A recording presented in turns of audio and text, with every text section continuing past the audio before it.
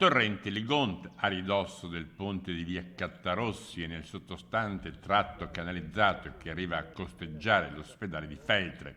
È qui che sono state realizzate dai servizi forestali regionali delle scogliere per eliminare alcune importanti erosioni spondali e ridurre quindi il trasporto solido che danneggiava le sottostanti infrastrutture. Siamo sul Ligonte, è un corso d'acqua minore, vediamo normalmente è secco, però ha un tempo di risposta che è molto rapido. Cosa vuol dire? Vuol dire che se piove, anche in maniera non eccezionale, si riempie in breve tempo.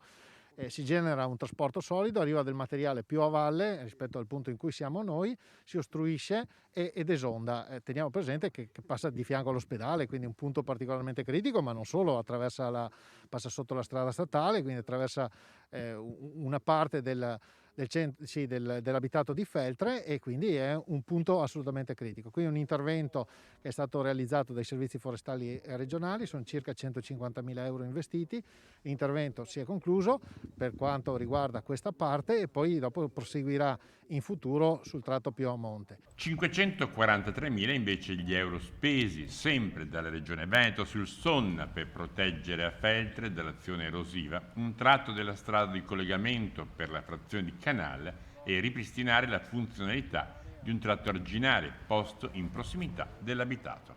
Stiamo facendo interventi anche sul Sonna, in questo caso non sono i servizi forestali ma il Genio Civile di Belluno, sempre regione comunque, è un intervento, si è concluso una decina di giorni fa e ci saranno altri interventi che noi contiamo di fare nel corso dell'annualità 2021 e 2022 nella programmazione dei lavori che la regione mette in campo.